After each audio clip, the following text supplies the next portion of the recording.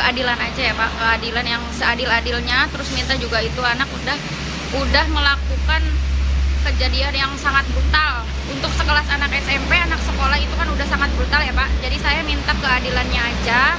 Minta kalau misalkan ada undang-undangnya, saya minta untuk dipenjarain aja kalau bisa. Tapi itu harapan saya sih cuma itu aja, biar ada efek jerahnya aja sih.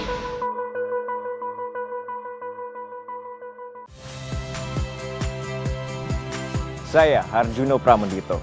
Saksikan program-program Kompas TV melalui siaran digital, pay TV, dan media streaming lainnya. Kompas TV, independen, terpercaya.